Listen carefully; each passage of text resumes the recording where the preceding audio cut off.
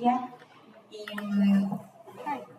quien está al frente es Nemesio Fernández Cuesta, que tenemos la suerte de que esté en el Consejo Asesor de Oikos. Fue secretario de Estado de Energía en el gobierno de Aznar, y una de las personas que, bueno, una de las personas no, la persona, en realidad, no me gusta que lo diga, pero es así, que es responsable de la introducción de las energías renovables en España. Esto que ahora se saca tanto pecho y que es verdad, pues comenzó hace muchos años y comenzó con él, así que nos contará. Creo que muchas de las preguntas que se han hecho a Elena en la ponencia anterior serán contestadas de alguna manera con la ponencia que nos va a dar Nemesio, que significa o que tiene por título Reducción de emisiones y crecimiento económico. ¿Es posible?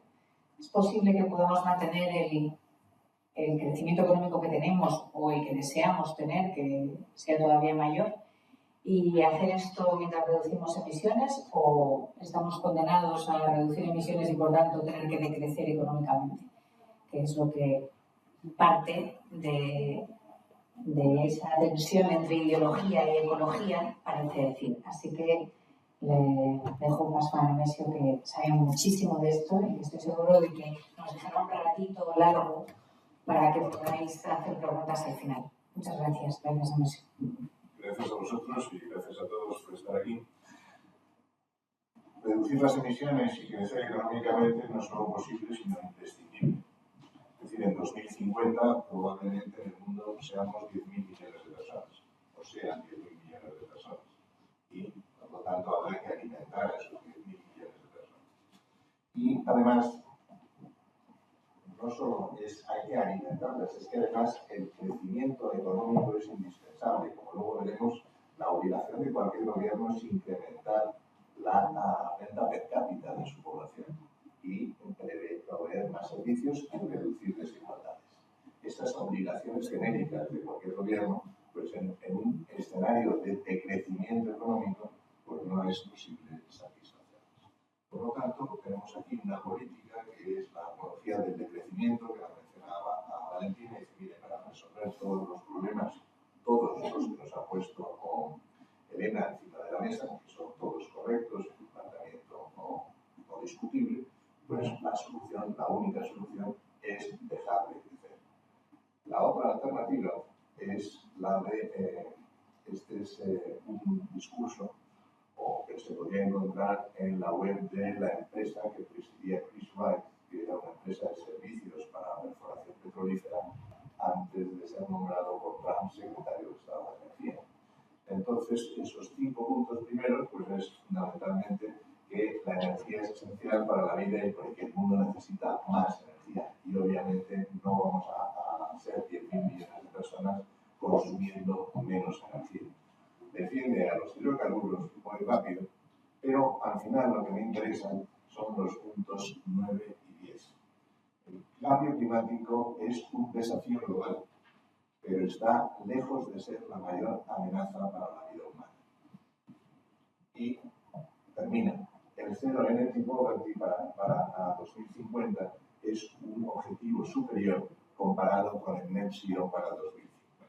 Esta sería la ideología contraria. Es decir, aquí lo que hay que hacer es seguir creciendo y el cambio climático, pues bueno, pues es una realidad. Lo que me gusta de esta aproximación es que ni siquiera el secretario de Energía de Trump niega la realidad del cambio climático, la admite como desafío, pero sí señala que luchar contra la pobreza es más importante. No le concedo parte de razón a estas afirmaciones, sobre todo, por ejemplo, para los países menos desarrollados. Y los 45 países más pobres de la Tierra generan menos emisiones que España. Pues la verdad es que la tentación es decir, España, las emisiones de España son un 0,8 de las emisiones mundiales. Por lo tanto, a 45 países que apenas que no llegan al 1%, pues mira, dedícate a crecer, dedícate a reducir la pobreza y luego al final hablamos de economía. Pero sin duda ninguna, lo que nos dice aquí es toda la pobreza inherente a las transformaciones derivadas del cambio climático. el 1,5 ya lo hemos pasado. El año pasado, 2024, fue 1,62 el incremento. Aunque podamos bajar, ya el 1,5% está perdido. Hay un informe de Naciones Unidas, United Nations Gap Report, que nos explica las diferencias, que su previsión, y soy bastante creyente de esa previsión, es que para finales de siglo estaremos entre 2,9 y 3 grados de incremento de temperatura. Básicamente, ¿por qué? Pues porque seremos 10.000 millones de personas en el año 2050. Básicamente, ¿por qué? Porque Estados Unidos está fuera de la ecuación. Básicamente, ¿por qué? No sé qué nos dirá China en su contribución anual en este año 2025, pero se distingue básicamente por dar prioridad a su seguridad en materia energética y mucho menos a la descarbonización, que hablaremos, pero los coches eléctricos le interesan en la medida en que reduce su dependencia de petróleo. Es decir, que en ese panorama lo que es necesario es encontrar un camino intermedio entre la apología del envejecimiento y que aquí hay que pasar por encima de esto. ¿Dónde vamos a encontrar la solución? Pues vamos a encontrar la solución, y soy optimista, en la tecnología. Esta es una frase que llama ni para la Edad Media de los que estéis aquí nadie tenéis ni idea de quién fue, pero es el famoso ministro de Petróleo en los años 73 de Arabia Saudita, en los años de la primera crisis del petróleo. Era donde todo el mundo pensaba que el petróleo se iba a acabar. Entonces pronunció esa frase, que a mí me pareció muy bien caída, que es que la edad de piedra no acabó por falta de piedras. Y la edad de los combustibles fósiles no va a acabar por falta de combustibles fósiles. Hay reservas de petróleo para 50 años, hay reservas de gas para más años y hay reservas de carbón para 400 años, ya descubiertas y en funcionamiento. La edad de los combustibles fósiles va a acabar por los avances tecnológicos. Y hay que confiar en los avances tecnológicos, pero ya doy una nota inicial de partida, donde hay que dedicar la mayor parte de los recursos públicos disponibles es a tecnologías, desarrollos tecnológicos que nos puedan permitir reducir las emisiones. Porque efectivamente la edad de piedra acabó cuando el hombre descubrió la aleación de los metales. A partir de ahí las piedras sobraron y los combustibles fósiles sobraron. Pero este mensaje de claro.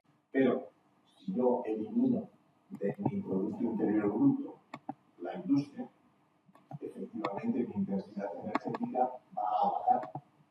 Y es uno de los problemas que Europa tiene encima de la mesa. ¿Por qué baja nuestro consumo de energía? ¿Por qué baja nuestras emisiones? Y si es porque estoy transformando mi estructura de PIB más allá de lo debido, porque siempre según te desarrollas económicamente, las sociedades tienden a tercerizarse, es decir, más servicios que el sector primario y sector secundario, pero ¿a qué velocidad? Y, por ejemplo, la industria del automóvil, voy a prescindir de la industria del automóvil para importar coches chinos a partir de 2035. Bueno, eso reducirá sin duda nuestro consumo energético, pero no es una cosa que debamos desear. Por lo tanto, la intensidad tiene esos dos factores, estructura de PIB y eficiencia energética. La eficiencia siempre hay que tratar de incentivar. Y después está la intensidad en carbono. Si yo soy capaz de producir energía sin emisiones de CO2, pues estoy perfectamente en pie. Es decir, incluso no me importa mi intensidad energética si yo soy capaz que el último producto de esta identidad sea cero. Porque si yo no tengo emisiones de carbón, mis emisiones son cero y mi intensidad energética puede crecer. Pero por lo tanto, esta identidad, que es la identidad de Gaia, es la que de verdad pone en relación el crecimiento económico y el consumo de energía y las emisiones. Y por lo tanto es lo que hay que tener en consideración. Este gráfico lo que ve es entre 2000 y 2010 y entre 2010 y 2020 cómo ha ido funcionando las emisiones en el mundo. Hay que hacer la salvedad de que en 2020 es la pandemia y el dato de la pandemia está reflejado, pero obviamente tanto en la primera década como en la segunda pues crece la población y crece el PIB per cápita, decrece la intensidad energética y en la primera década se aumenta la intensidad en carbono, en la segunda década se reduce la intensidad en carbono. Pero esta es la realidad con la que hay que lidiar. ¿Cómo se reduce la intensidad energética? Incrementando el desarrollo económico y además teniendo en consideración la estructura de tu PIB. Bueno, pues no me voy a alargar, pero esto es sabido, pues tú tienes que transformar el transporte, tienes que transformar la industria, tienes que transformar edificios. Hay siempre, y se decía antes, el análisis coste-beneficio es importante. Por ejemplo, el aislamiento de edificios. El aislamiento de edificios pues, es fundamental para reducir el consumo de energía. Ahora, si yo instalo bombas de calor y electrifico todos los consumos de un determinado edificio, ¿tengo que invertir además en aislamiento o esas inversiones que me van a reducir mi consumo de energía no tienen rentabilidad en términos de reducción de emisiones de CO2? Quiero decir con esto que todos estos instrumentos que son necesarios para reducir la intensidad energética y para incrementar la eficiencia tienen siempre que estar sometidos a un criterio económico porque los recursos son escasos. Y desde luego, pues hay que reducir la intensidad en carbono, pues sobre todo incrementando la generación eléctrica y reduciendo la intensidad en carbono en la generación eléctrica y electrificando el consumo de energía, mejorar el uso de biofueles, desarrollo de gases renovables, el hidrógeno y, por supuesto, pues tienes que mejorar todo lo que es captura de carbono a través de la reforestación y desarrollo de las técnicas de captura y reutilización o secuestro de carbono, que va a ser una necesidad para determinado tipo de industrias. La electrificación, pues la electrificación, el gráfico de la izquierda es el consumo de energía final en el mundo. Energía final es cuando estudiéis gráficos de energía primaria, no veréis nunca la electricidad. La energía primaria es antes de transformación. La energía final ya figura la electricidad porque es después de transformación. Es un 20%. Un 20% a la derecha tenéis en el cuadro distintos modelos de la Agencia Internacional de la Energía. Los dos primeros, el Net Zero y el desarrollo sostenible, pues son modelos construidos de arriba a abajo. Yo pongo un objetivo que es el Net Zero en 2050 y qué es lo que tengo que hacer. Los otros dos modelos son modelos construidos de abajo arriba en función, pues el último más o menos en función del business as usual y el tercero, el APS, es Announced Pledge Scenario, los compromisos que se han anunciado por los distintos países. Lo que quiero resaltar es que el consumo de electricidad en todos los escenarios sube y cuanto más el escenario más ambicioso es en términos de descarbonización y reducción de emisiones, más importante es la participación de la electricidad. Este gráfico es un resumen de las principales tecnologías de generación y hay distintas variables que son fundamentales. Una es la firmeza versus la variabilidad. Como hemos aprendido en España, pues ahora todos sabemos de energía síncrona. Antes del 28 de abril no teníamos ni noción. Es una cosa que sobre todo hemos aprendido los hombres, porque hay una cosa que en las conversaciones los hombres, cuando empezó el COVID, ya sabíamos de virología más que nadie, en cualquier conversación, y ahora sabemos más que nadie de cualquier energía síncrona. Dicho lo cual, pues la firmeza es importante. Y es importante porque es necesario que las máquinas generadoras se adapten a las características de la red. El tipo de combustible, pues fósil, renovable o nuclear. Aquí en nuclear pues no lo consideramos renovable, pero tampoco es fósil. ¿Por qué? Pues porque no hay emisiones en el caso de la nuclear. Otra variable muy importante, la flexibilidad. La flexibilidad es importante para los tiempos de arranque y ajustar uno de los problemas más importantes de cualquier sistema eléctrico, que es que la oferta tiene que ser igual a la demanda en cada instante de tiempo. Por lo tanto, la flexibilidad, la capacidad de arranque es muy importante. ¿Cuál es la energía más flexible? El agua.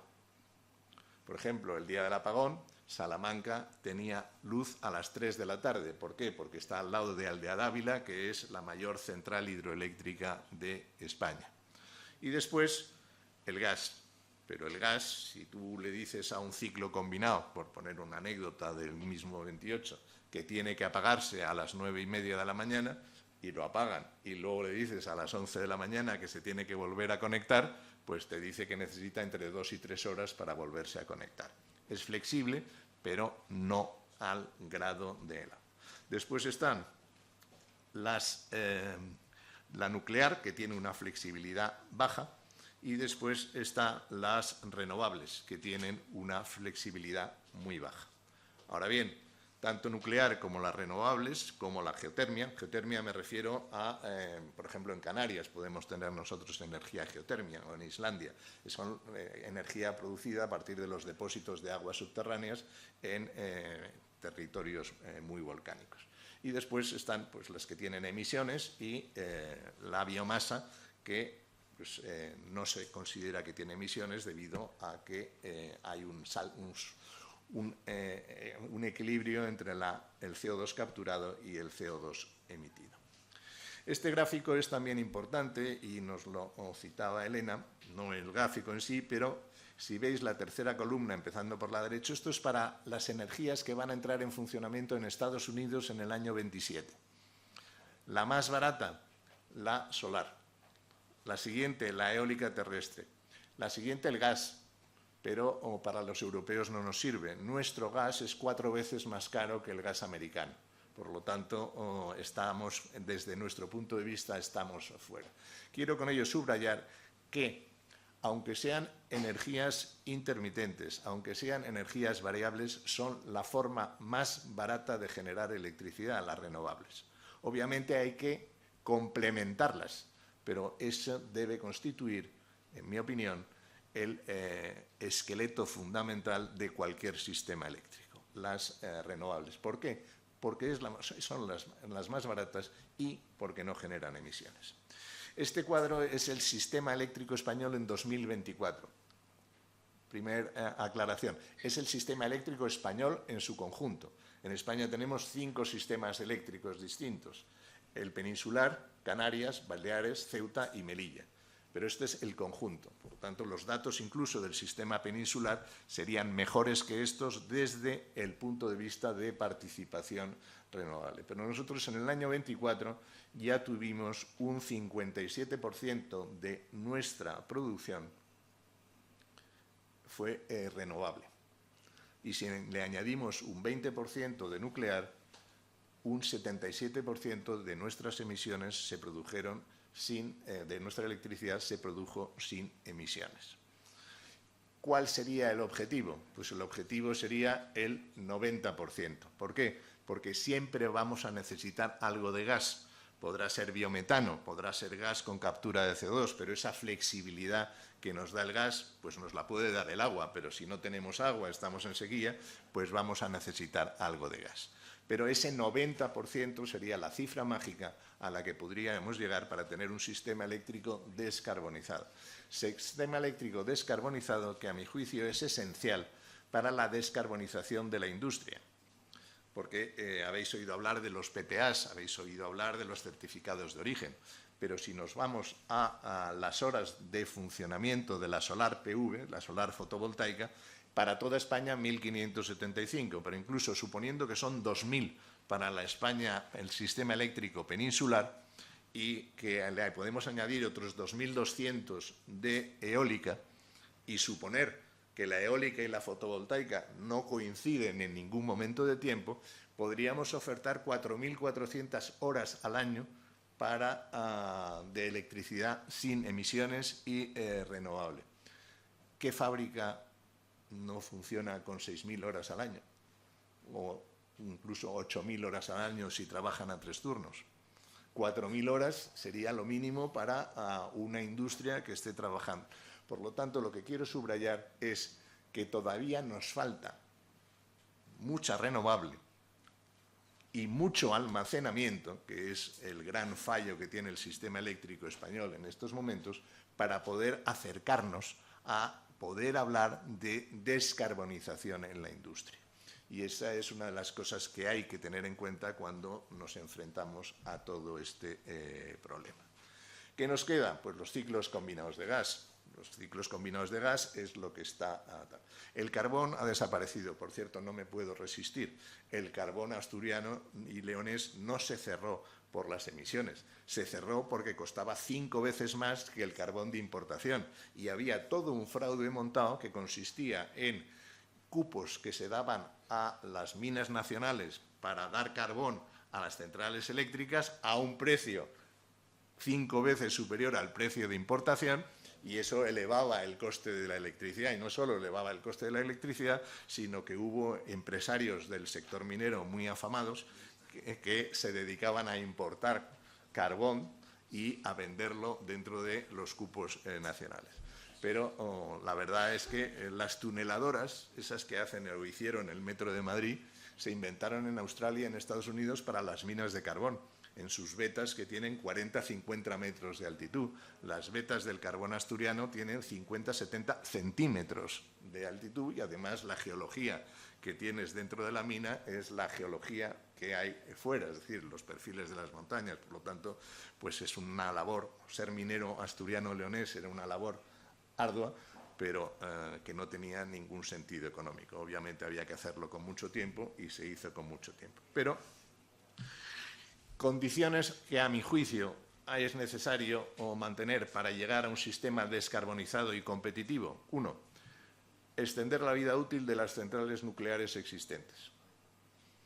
Esto pues, va en contra de los deseos del Gobierno, pero la realidad es que la única manera de sustituir hoy esta energía eléctrica es con gas. Es decir, Alemania está quemando muchísimo más gas.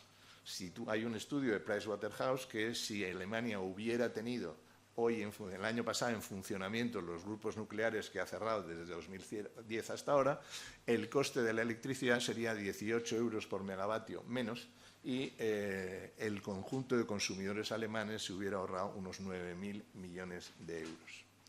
Bien, no quiero decir que haya que defender la energía nuclear a capa y espada. Si una nueva central nuclear cuesta entre 120 y 150 euros el megavatio. Que venga quien quiera con su dinero privado a construirla, que no va a venir. El Small Modular Reactors, pues vamos a ver, pero estamos en los 120 euros megavatio.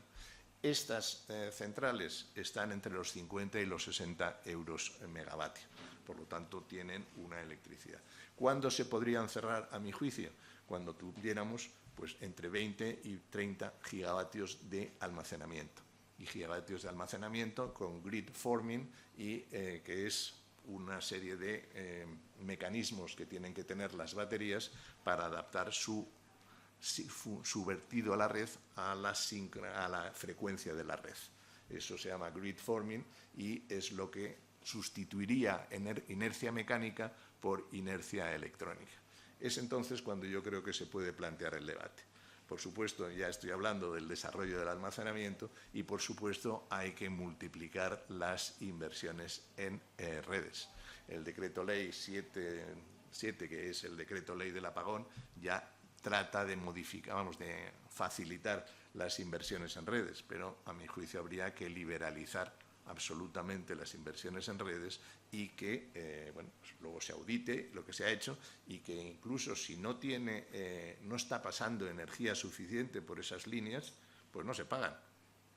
Pero hay que introducir el riesgo empresarial, la libertad, pero a mi juicio lo que no puede ser es que un señor o un centro de proceso de datos quiera construir en España un nuevo centro y se le diga que le contestaremos en el 27 si podemos o no darle electricidad, que es lo que en estos momentos tenemos con la planificación de nuestra red. Pero si estos 3 requisitos se mantienen, y el requisito segundo, que es el más importante, puede incluso sustituir al primero, a lo mejor dentro de 15 o 20 años, pues estaríamos en un sistema eléctrico eficiente, competitivo y descarbonizado. Y esa sería la mejor solución para nuestra competitividad. Lo que no es electricidad, pues los biocombustibles, combustibles renovables. Ahí esos combustibles renovables, pues tienes los clásicos. Esto de los combustibles renovables no se empezó por temas medioambientales, se empezó por la crisis del petróleo. Carter, que era presidente norteamericano y que era agricultor, pues decidió que con el maíz se hacía etanol y el etanol era un magnífico componente de las gasolinas y a partir de ahí a tirar. Luego vino el biodiesel con aceite de colza, aceite de girasol, para también pues, dar salida a cosechas o al incremento de las cosechas. Después vino el aceite vegetal hidrogenado, con aceite de palma que no se utilizaba. Pero esa hidrogenación pues, es un segundo sistema. Aquí tenéis otra cosa que son los gases renovables. Gases renovables se pueden producir por digestión anaerobia, fundamentalmente, de todos esos tipos de residuo orgánico. Al final, toda la materia orgánica tiene carbono y de una manera o de otra hay procedimientos químicos ya establecidos para producirlo. El gas, lo que se produce con la digestión anaerobia es biogás. El biogás se puede utilizar directamente para producir calor y electricidad o para producir biometano, que es el gas natural, quitándole el CO2 que forma parte del biogás. ¿Eso cómo se hace? Pues hay veces que se hace tirando el CO2 al aire y hay veces que se puede hacer con un upgrading, mezclándolo con hidrógeno. Pero este es otro sector. Después está la gasificación de cualquier materia orgánica. Y después de que tú gasificas la materia orgánica, pues ya los científicos alemanes en los años 20 descubrieron un procedimiento que se llama Fischer-Tropsch, que es el nombre de los dos científicos, que sirve para producir cualquier tipo de líquido, cualquier tipo de combustible a partir de ese gas. Los alemanes lo hicieron en la Segunda Guerra Mundial gasificando carbón, pero producían el gasóleo que consumían los tanques de las divisiones con ese procedimiento. También lo usó Sudáfrica en el apartheid, cuando no podía importar petróleo. Ese es un procedimiento que existe y que existe siempre y que en lugar de carbón pues puedes utilizar residuos forestales o cualquier otro tipo de residuo. Hay que tener en cuenta que todos estos biocombustibles tienen emisiones. En la medida que tú tienes carbono, cuando quemas algo que tiene carbono, se produce CO2. El fuego no es más que la reacción del carbono con el oxígeno del aire y, por lo tanto, cada vez que quemas algo, estás produciendo CO2. Es decir, que ninguna de estas de estos biocombustibles genera el famoso emisiones cero. Para las emisiones cero, ¿qué es lo que nos hemos inventado? Los Renewable Fuel Non-Biological Origin, que es captar CO2 del aire y mezclarlo con hidrógeno verde a partir de electrolisis. Y con eso puedes producir amoníaco, el I-amonia, el I-metanol y con el Fischer-Tropsch pues todos el jet, el diésel, la gasolina e incluso el metano. Es decir, que hay una manera de producir cualquier cosa que queramos. Y en definitiva, si tú tienes una fuente de hidrógeno y tienes una fuente de carbono, la tecnología ya te permite llegar a la producción de cualquiera de los productos que consumimos normalmente. ¿Cuál es el problema? Que todos esos productos no solo generan emisiones, sino que tienen un coste muy elevado. Es decir, aquí tenéis en este gráfico lo hice con ChatGPT, es decir, que es posible que haya algún error, pero me servía el gráfico a efectos de lo que os quería explicar. Aquí tenéis distintas vías de producir SAF, Sustainable Aviation Fuel, que es el combustible que hay que ir poco a poco introduciendo en nuestros aviones. Entonces tenéis distintos procedimientos y tenéis a la derecha la reducción de emisiones que se consigue en el total de vida útil. Entonces, el Power to Liquid, el e-kerosene, obviamente si tú coges el CO2 del aire y lo mezclas con hidrógeno verde, pues la reducción de emisiones es 100, es el 100% de la reducción de emisiones. El coste, pues el coste prácticamente cuadruplica el coste del queroseno fósil. ¿Cuál es el problema que se genera con este tipo de cosas? Pues sí, en el 2030 tenemos que poner un 10% de Sustainable Aviation Fuel en los combustibles que consumen nuestros aviones, pues si tú una cosa que cuesta un 400%, 4 veces más, lo mezclas al 10%, pues eso significa que estás encareciendo el coste de tu combustible en un 40%. Y que ese encarecimiento del coste del combustible en un 40% va a ir directo a los costes de los billetes. Y si va directo a los costes de los billetes, pues en España tenemos un problema. Por ejemplo, un turista alemán, cuando va a Turquía, no tiene que pagar esto, ni tampoco tiene que pagar el coste del CO2, pero sí cuando viene a Baleares.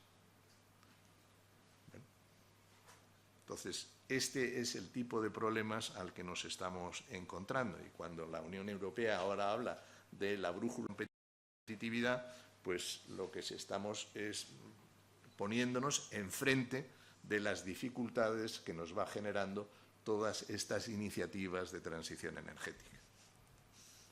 Este es el hidrógeno. Aquí tenéis la producción de hidrógeno mundial, que en 2024 se espera que alcance los 100 millones de toneladas, y la parte gris oscura es la que se hace con carbón, la parte gris clara es la que se hace con gas. Hay una línea azul finita que es gas con captura de CO2 y arriba veréis una línea negra que es la que se hace, es el famoso hidrógeno verde, la que se hace por electrolisis del agua. Es decir, en el mundo, y luego la parte amarilla es un subproducto, el hidrógeno como subproducto de la industria petroquímica. La parte gris oscura es toda China. Es decir, los chinos hacen el hidrógeno con carbón, básicamente. Además lo hacen con gas. La parte de gas es la que utilizamos en el resto del mundo. Se coge gas natural, que es CH4, se separa el carbono que se va al aire y nos quedamos con el hidrógeno. ¿Cuál es el problema que tiene el hidrógeno? Su coste. Las dos líneas de abajo son la más oscura, la inferior, es el hidrógeno hecho con gas natural sin captura de CO2. La azul clara es con captura de CO2. La verde son las necesarias, son el procedimiento de hidrógeno verde utilizando un electrolizador. Es la electrolisis del agua, separas el agua, H2, hay dos tecnologías. ¿Cuál es la violeta de arriba? Es el hidrógeno verde adaptado a la normativa comunitaria. ¿Qué dice la normativa comunitaria? Que la producción de electricidad renovable tiene que ser adicional. Es decir, la planta fotovoltaica tiene que estar destinada específicamente a esa producción de hidrógeno. Y además tiene que haber coincidencia temporal y geográfica entre la producción de la electricidad fotovoltaica y la producción de hidrógeno. ¿Qué es lo que hace eso? Encarecer aún más el hidrógeno. Bueno, pues esa es otra de los problemas que nos genera la normativa comunitaria. ¿Por qué? Porque si tú puedes hablar de un hidrógeno de bajas emisiones, la línea azul más clarita, la superior, es un 5% de emisiones. Hemos reducido las emisiones en un 95%. ¿Cuál es lo mejor de lo mejor? Evidentemente la violeta. Ahora, ¿quién paga esa diferencia? Pues de momento se lo están pensando todos. Y al estar pensando solo todos, pues no hay demanda de hidrógeno. Y los proyectos de hidrógeno, pues veréis cómo van retrocediendo. Para hablar de electrificación hay otra cosa que es muy importante, que es la eficiencia.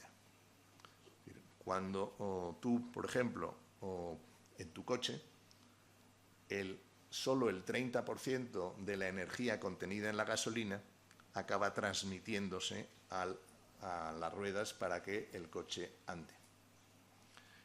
Entonces, si cogemos, y esto es un ejemplo, si cogemos 100% de electricidad renovable, que teóricamente es lo necesario, y vamos en la parte de la izquierda a la electrificación directa, en eso que se llama well to tank, es decir, desde el principio hasta el depósito del coche, pues un 94% de la electricidad permanece incólume. Se han perdido un 6% en transporte y distribución. Si utilizamos esa electricidad para hacer hidrógeno, pues nos encontramos con un 68%. ¿Por qué? Porque ya en transformar la electricidad en hidrógeno, el rendimiento es del 76%. Y cuando además lo transporto, pues tengo que aplicarle un 11% de pérdidas y llego a un 68%. Lo mismo para hacer Power to Liquid Diesel o Power to Liquid gasolina. Pues ahí llego a un 55%. ¿Por qué? Porque al 76% de producir el hidrógeno tengo que añadirle las pérdidas que se producen en la captura de CO2 más las pérdidas que se producen en el proceso químico famoso de Fischer-Tropsch. Por lo tanto, tengo un 55. Es decir, ya he perdido casi la mitad de la energía.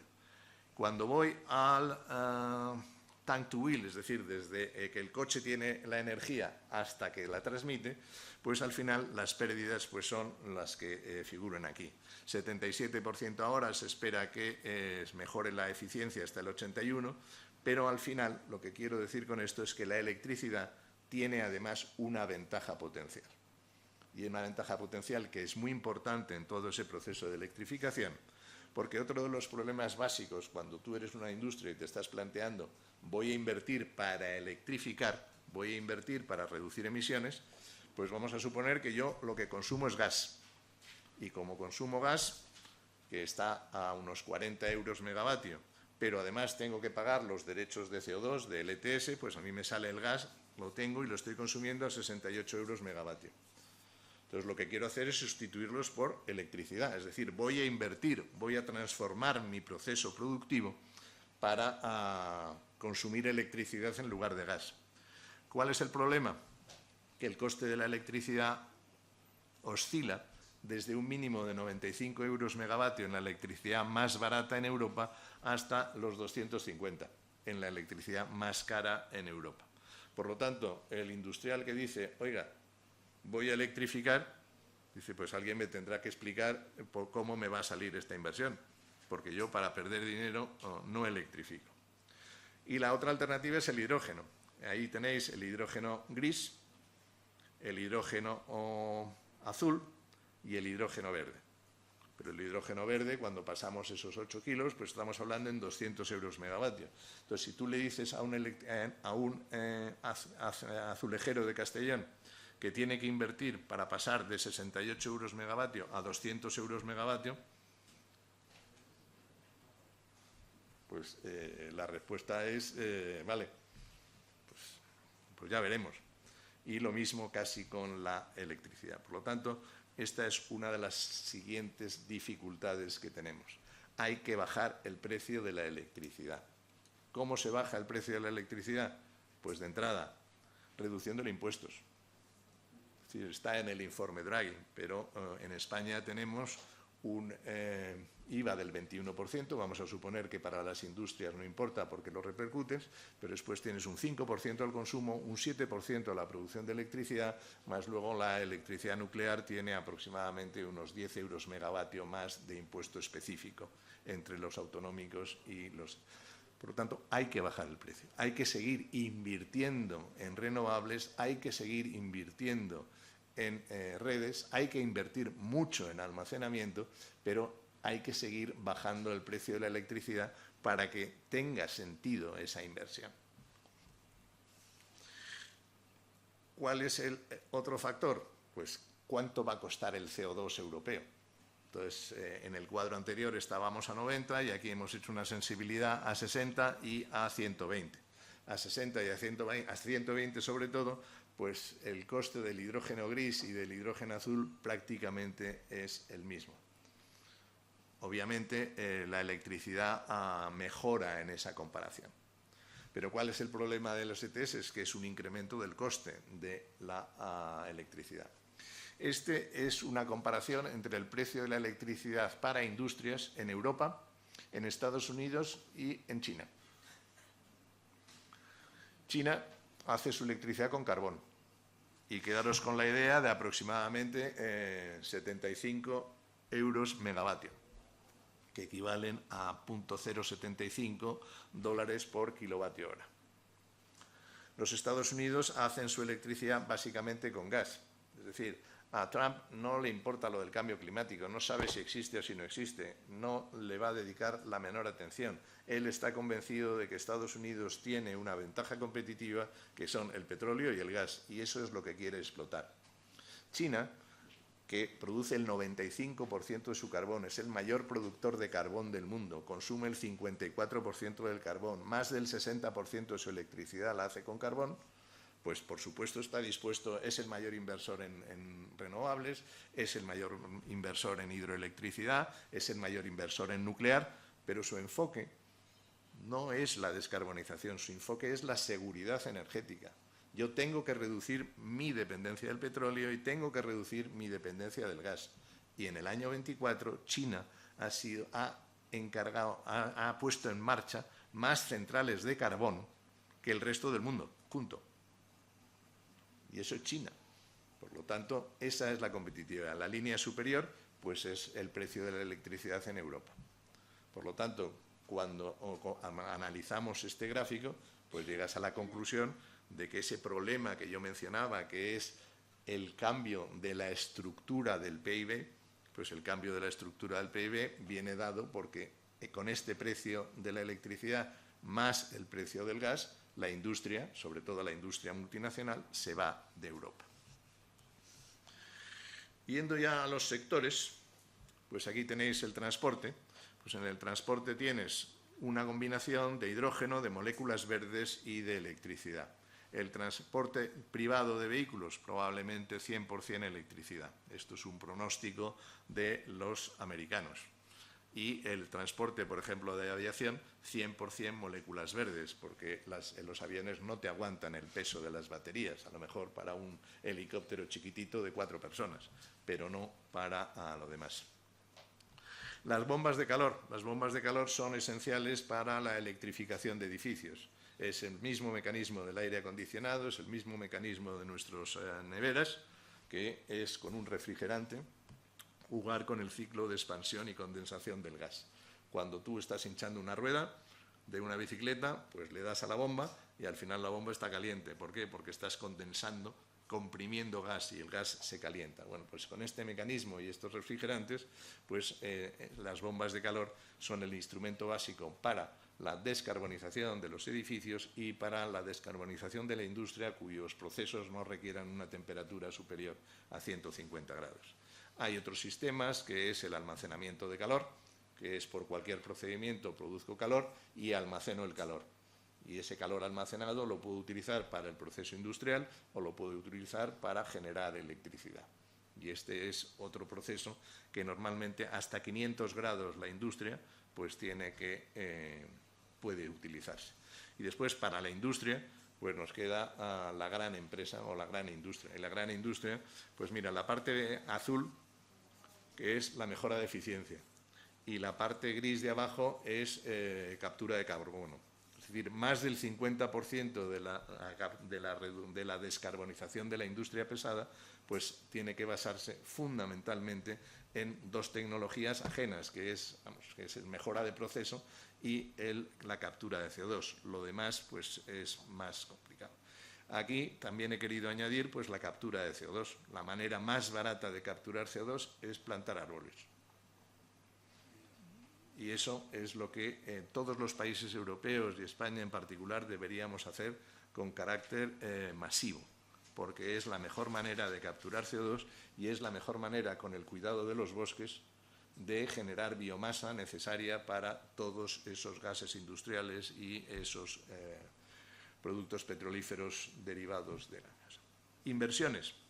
Este es un estudio de McKinsey. Este estudio de McKinsey lo que significa es que hay que invertir, o lo que dice es que hay que invertir anualmente 9,2 trillones, o sea, billones de los nuestros, de dólares al año en la descarbonización.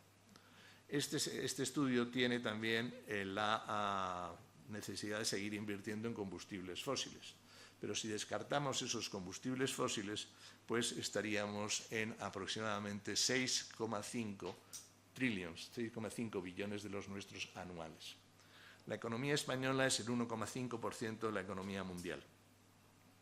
O sea, nosotros tendríamos que invertir unos 70.000 millones de euros al año. Imposible. España. Imposible. Es decir, no nos da. Aunque contablemente se pueda hablar de bienes de consumo duradero, se puede hablar... No es posible. Es decir, hay que generar tiempo. Y esa es un poco otra de mis obsesiones. ¿En cuánto estamos invirtiendo ahora? Pues unos 2.000 millones. Es decir, de los 6.500 el mundo está invirtiendo 2.000. Y, por lo tanto, pues no vamos a llegar a nuestros objetivos. Hay otro tema que es complicado también en este mundo de la descarbonización, que es el control de los chinos. Aquí tenéis los distintos materiales que son necesarios, o minerales, metales, que son necesarios para la transición energética.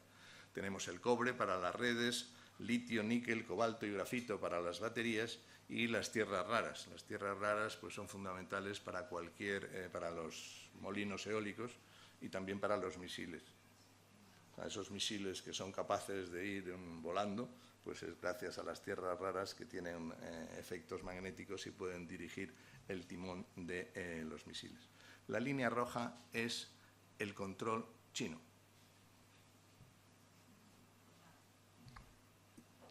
Y esto es sobre los productos refinados. Es decir, el mineral, el cobalto, se puede producir en la República Democrática del Congo, pero más del 60% de la producción mundial de refino de cobalto, es decir, transformar el mineral en metal, está en China.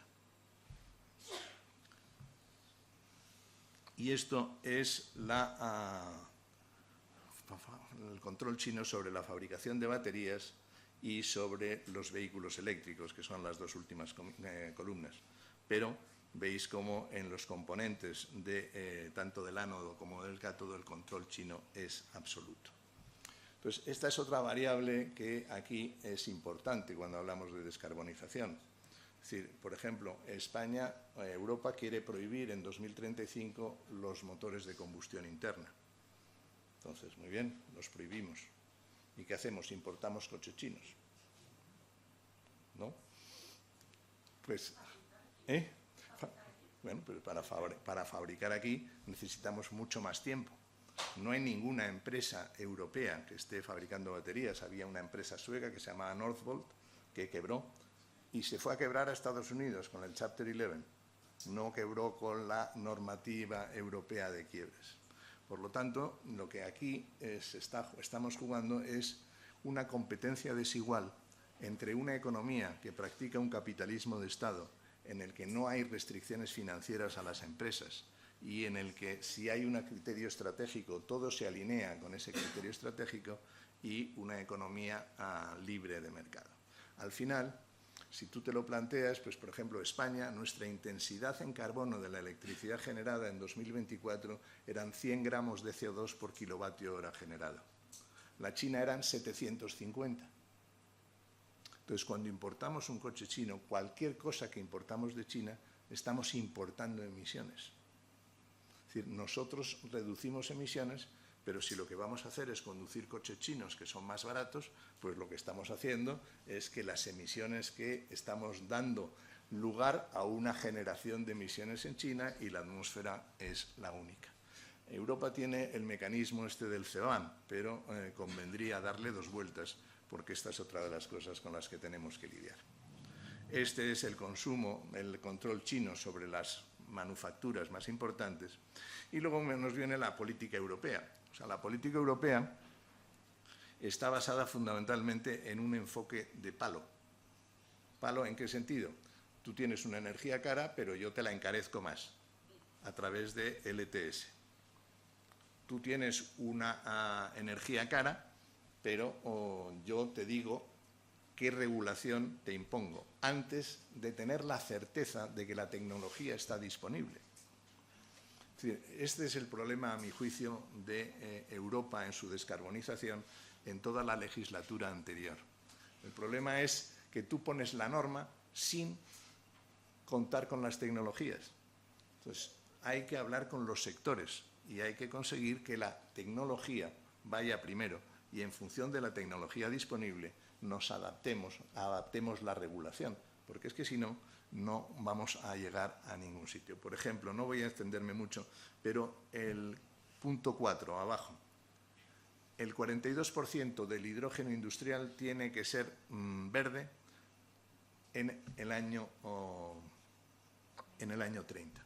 ¿Quién lo va a pagar? Es que el hidrógeno actual cuesta 2 y queremos un hidrógeno que cueste 7. ¿Y eso lo van a pagar las industrias? ¿No convendría mucho más pues invertir en electrolizadores, invertir en captura de CO2 y reducir el 95% de las emisiones y tener un hidrógeno más barato?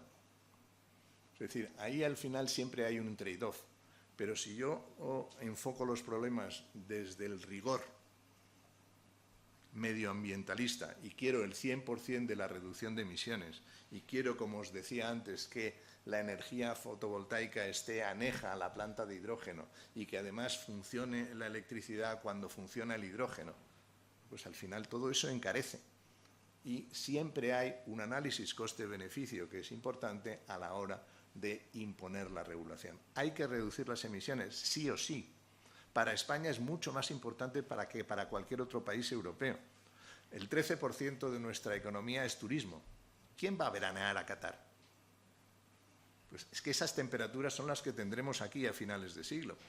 Siempre digo ese ejemplo y otro más. Producimos el 26% de las frutas de Europa. ¿Con 3-4 grados más de temperatura media vamos a ser capaces? Política de agua.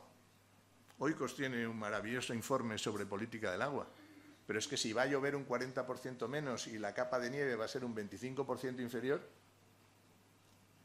¿cómo lo solucionamos? Es decir, que hay que reducir emisiones sí o sí, pero hay que mantener un equilibrio que hay veces que no se ha guardado, en mi opinión. Es decir, antes estábamos queriendo descarbonizar a toda costa y ahora esta misma Comisión Europea, aprobada y sostenida por la misma coalición parlamentaria que la anterior, pues ahora dice no, ahora lo importante es la competitividad. Bueno, me parece muy bien, pero todo eso se traduce en normas y se traduce en la adaptación de las normas. ¿Qué es lo primero que hizo la Comisión Europea? Las multas al automóvil las quitó, las retrasó 3 años. ¿No sería mejor no haberlas puesto y haber ido dando más dinero a la tecnología de baterías? Porque hay problemas en las baterías que no se pueden solucionar. El 95% del grafito del mundo, que es indispensable para el ánodo de las baterías, se produce en China. ¿Podemos usar grafeno? ¿Qué desarrollos alternativos hay? Pues a eso deberíamos de haber dedicado mucho dinero antes de forzar en la abolición de los motores de combustión interna en el 2035. Es una opinión particular, pero toda esta regulación requiere, en mi opinión, ser pasada por el filtro de las tecnologías disponibles. Al final, los objetivos de política son 3. Una energía segura, una energía asequible y una energía sin emisiones.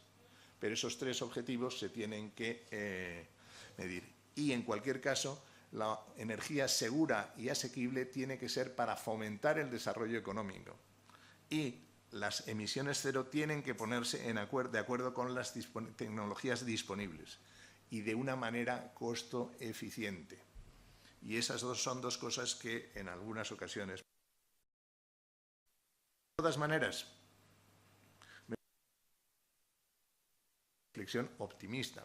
Esta es una previsión de los precios de la electricidad para Europa y para varios países europeos de aquí a 2050. Es una previsión hecha por AFRI, que es uno de los consultores más importantes en esta materia. España va a tener el coste de electricidad más barato de Europa. Si somos capaces de invertir en redes, somos capaces de invertir en almacenamiento, esta es una ventaja competitiva de la que nunca hemos disfrutado. Y, al mismo tiempo, vamos a poder, si generamos todo un proceso de electrificación, vamos a poder sustituir combustibles fósiles. Hoy, gracias al turismo, España tiene un superávit por cuenta corriente del 2,5% del PIB, grosso modo. Es decir, el resto del mundo nos financia hasta un 2,5% de PIB. Si electrificáramos nuestra economía y redujéramos el déficit comercial derivado de la importación de combustibles fósiles, podríamos estar en un 4,5% de superávit por término de cuenta corriente y además ser capaces de recibir industria. Por lo tanto, la descarbonización no es mala, la electrificación para nosotros es buena, es necesaria y hay que proseguirla a toda velocidad posible. Pero velocidad posible significa sensatez y significa una sensatez económica que hay veces que se pierde. Porque lo importante es el crecimiento económico y lo importante es el crecimiento de la renta per cápita. Y hasta aquí mi intervención. No he medido mucho, pero...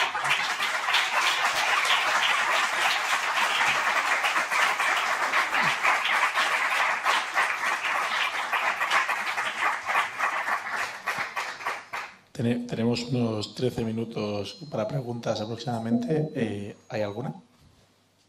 No, no me sean tímidos. Paso por aquí, luego la mando para allá, ¿vale? Esta vez no me presento, ¿no? Vale. Nada, me ha gustado mucho tu presentación y quería saber si crees que es posible tener un futuro 100% con energías renovables o si siempre vamos a tener que tener otro tipo de energías. Y si en caso de tenerlas 100% renovables, esto sería compatible con tener seguridad energética. Vamos a ver, la electricidad tiene una serie de restricciones técnicas, que son fundamentalmente dos. La oferta y la demanda tienen que coincidir en todo instante de tiempo. Y dos, la electricidad va por cable. Con lo cual, esas dos restricciones no nos las podemos saltar. ¿Qué significa la primera? Pues la primera lo que significa es que las renovables, que son intermitentes, pues tienen un problema para producirse. Es decir, porque es que además tú crees que nosotros tenemos 32.000 megavatios, pero a las 9 de la mañana producen al 20%, luego al 30%, pasa una nube y baja la producción. Es decir, con grandes números se disfraza, pero son variables. Por lo tanto, un sistema solo basado en renovables, 100%, prácticamente imposible. ¿Qué es lo que sí se puede hacer? Almacenamiento, baterías. En España tenemos otro sistema alternativo de almacenamiento, que es el bombeo hidráulico. Es decir, tú tienes una presa con un reservorio superior, es lo tradicional, pero amplías el reservorio inferior. Entonces, cuando la electricidad está barata, porque está toda la fotovoltaica produciendo a mogollón, pues entonces utilizas esa electricidad para subir agua. Y cuando la electricidad está cara, pues bajas el agua y generas electricidad. Esa es una manera de almacenar electricidad. Ese bombeo hidráulico en España tenemos muy buenas condiciones para su desarrollo. El otro tema son las baterías. Y ahí es donde tenemos que invertir muchísimo en almacenamiento. ¿Qué nos quedará? Pues probablemente, en mi opinión, siempre va a quedar un 5, 10, 15% de nuestra generación que va a tener que ser flexible. Esa flexibilidad te la da el agua. Pero si no tenemos agua, porque estamos en verano, estamos en un septiembre después de haber pasado todo el verano, pues vas a necesitar gas. Dentro del gas, pues puedes tener gas natural con captura de carbono o puedes hacer biometano. Biometano a partir del residuo animal y le das una solución a muchos de los residuos, a mucha de la contaminación con nitrógeno que se producen con los residuos animales, produciendo biometano. Y ese biometano lo puedes utilizar para generar energía eléctrica. Y si además le metes la captura de carbono, esos son, en términos de emisiones, menos que cero, son negativas. Entonces, ese tipo de solución es lo que tiene que estar. A mi juicio, de momento, pues mantener una tecnología que funciona 7 días a la semana, las 24 horas del día y que no genera emisiones como la nuclear y que es relativamente barata respecto al gas, por ejemplo, pues es una cosa que yo mantendría en el tiempo hasta verificar que tenemos una estructura de almacenamiento de energía renovable suficiente como para garantizar la seguridad del sistema. Sí.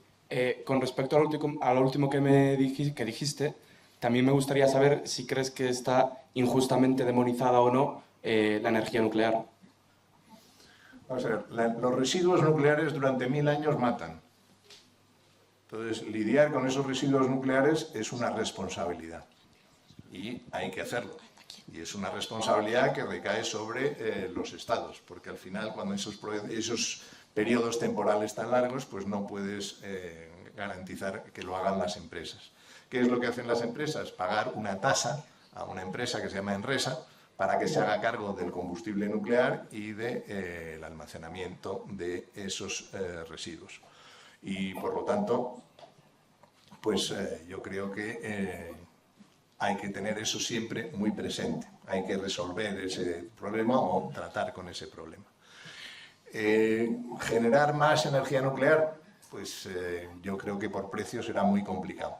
De todas maneras, ahora mismo se está invirtiendo muchísimo dinero privado en fusión en Estados Unidos.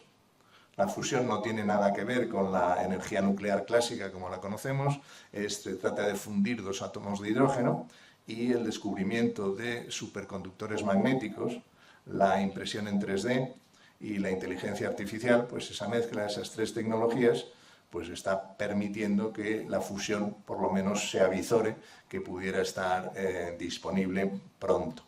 Dicen que para 2030 tendrán un diagnóstico definitivo. De todas maneras, yo debo decir que cuando yo empecé a estudiar mi oposición, año 81, soy muy mayor, el petróleo quedaba para 30 años y la fusión nuclear estaría en 30 años.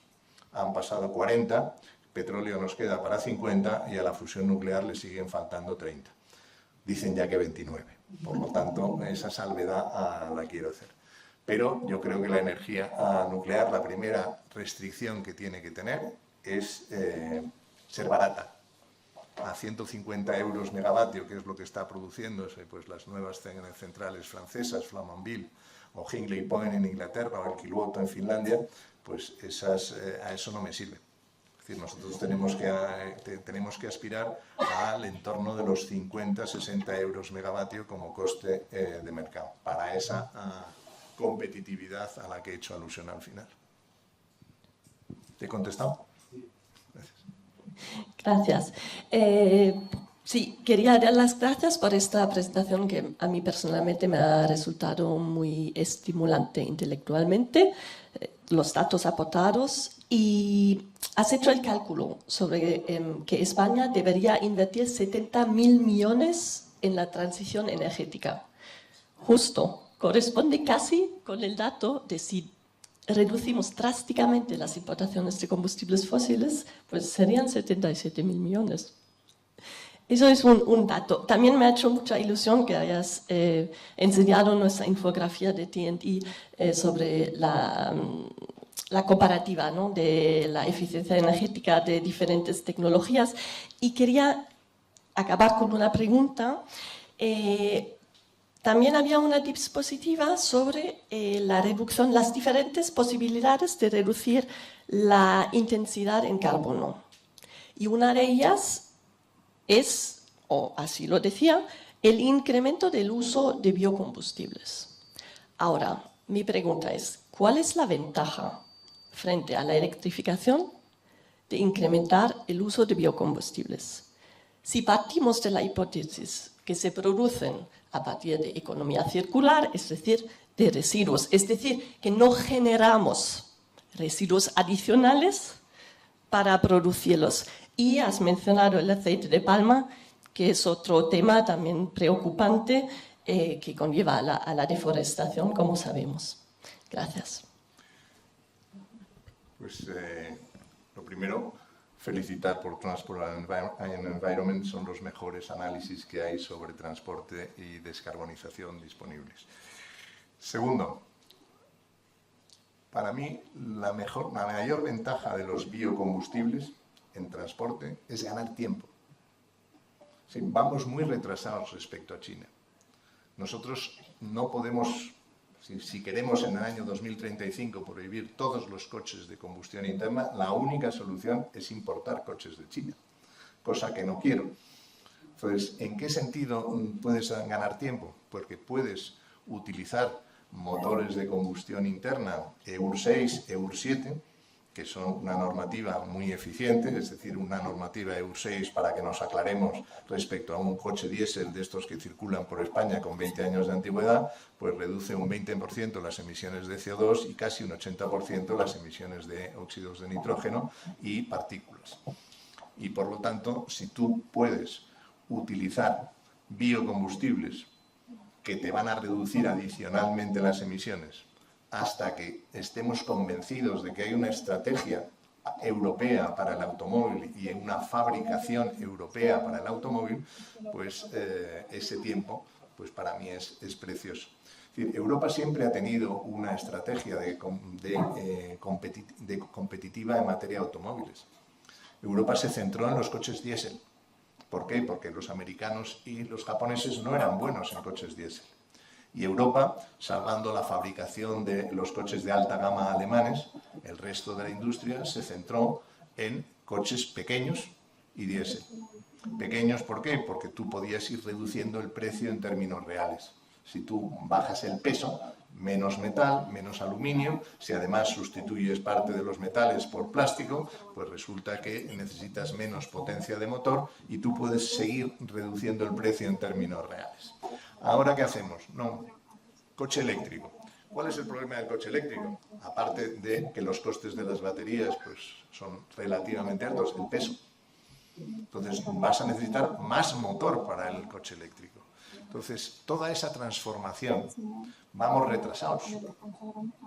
Si a mí lo que me preocupa es, España es el segundo productor europeo de automóviles detrás de Alemania y el octavo productor de automóviles del mundo.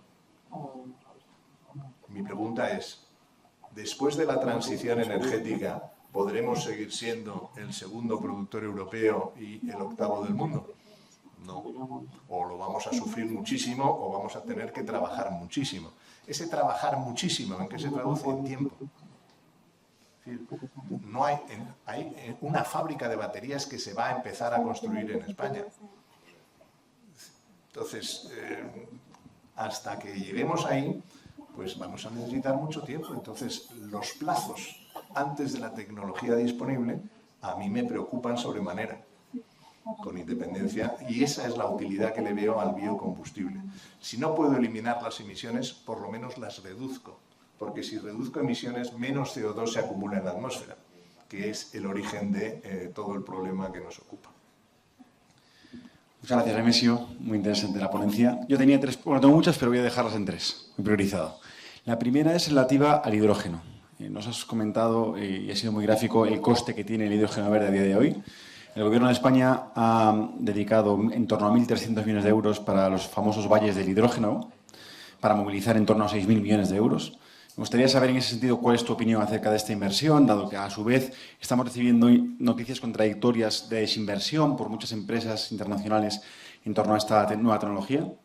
En segundo lugar es sobre los e-fuels, que es una tecnología todavía en desarrollo en ciertos aspectos y que ya tiene fecha de caducidad, por lo que yo he visto en alguna de las slides que nos has enseñado. ¿Qué sentido tiene si quizás es una tecnología únicamente para 10, 15 años el hacer todo el esfuerzo tecnológico y de inversión en una tecnología de transición para un periodo tan corto?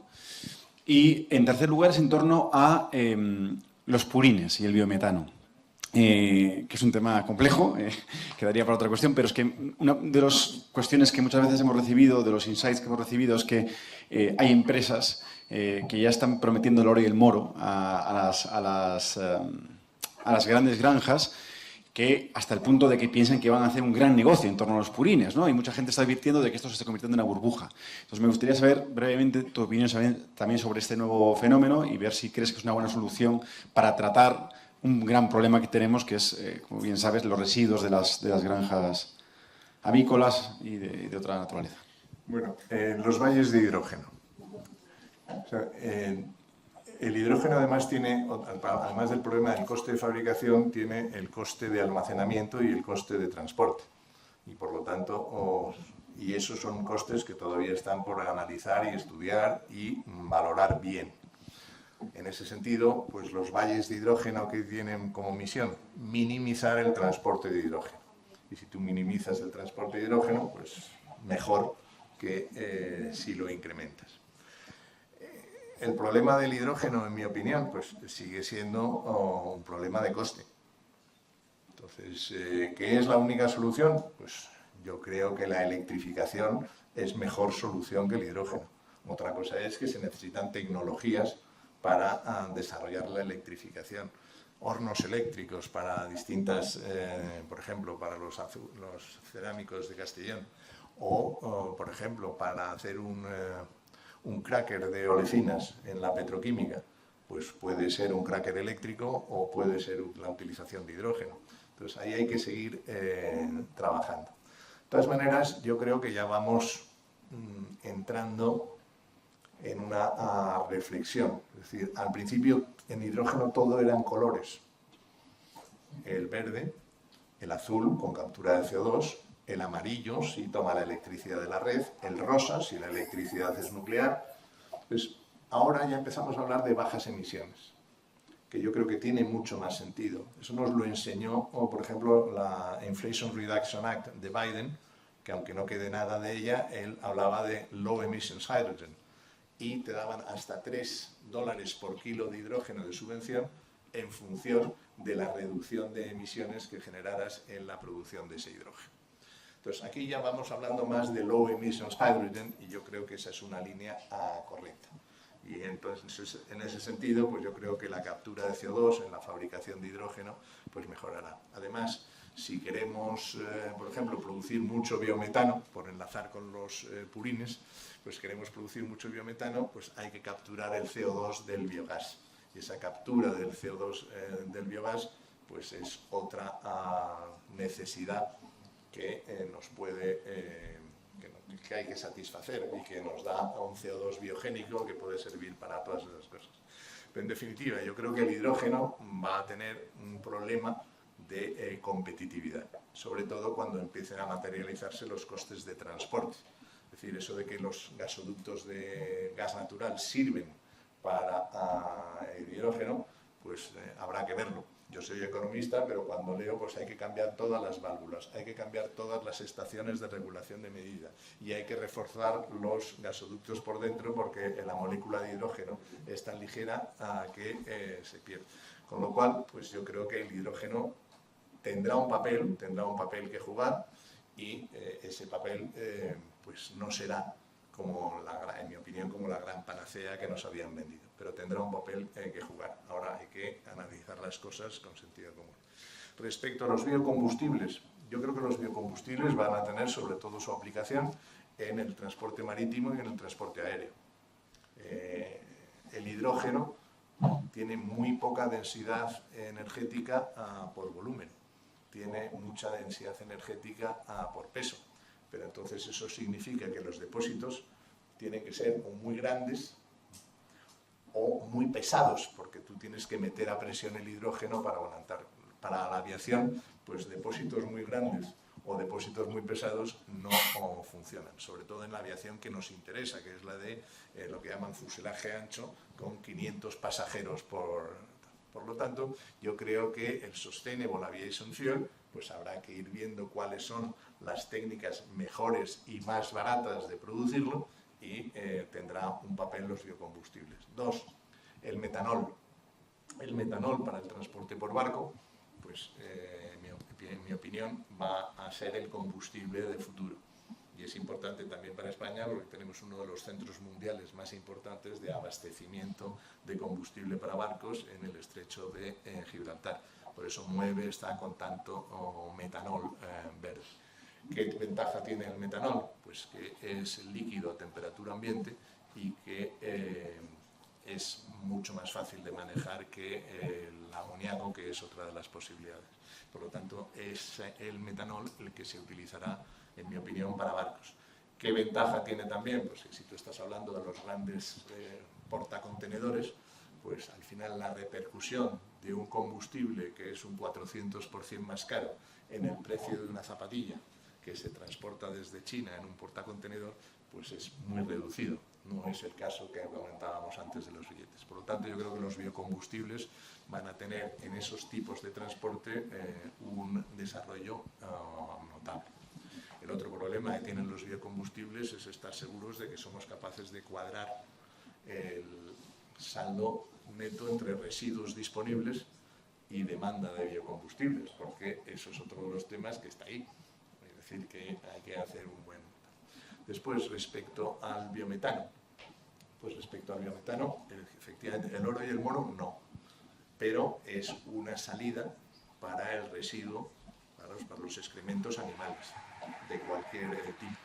Tú producir biometano a partir de los excrementos animales, pues en el caso de los purines evitas incluso la contaminación por nitrógeno de los acuíferos. Además, los purines, como son más húmedos, pues tienen más rendimiento en términos de biometano. Por lo tanto, yo creo que una salida. Otro problema que tiene el biometano, el olor. Entonces, el olor y el olor del digestato es pésimo. Por lo tanto, pues hay que solucionar tecnológicamente esos problemas. Pero yo creo que para la ganadería intensiva, que en España practicamos muchísimo, esa producción de biometano es muy importante. También podríamos preguntar por qué está primada en Francia y en Italia y no en España, pero en principio yo creo que es una tecnología que va a tener un desarrollo más amplio del que hasta ahora tenemos. De momento hay 11 plantas de biometano funcionando en España y yo creo que hay 81, creo recordar que están en tramitación, pero eso se desarrollará. Y sí, tenemos que pasar a la siguiente. Muchísimas gracias. Gracias.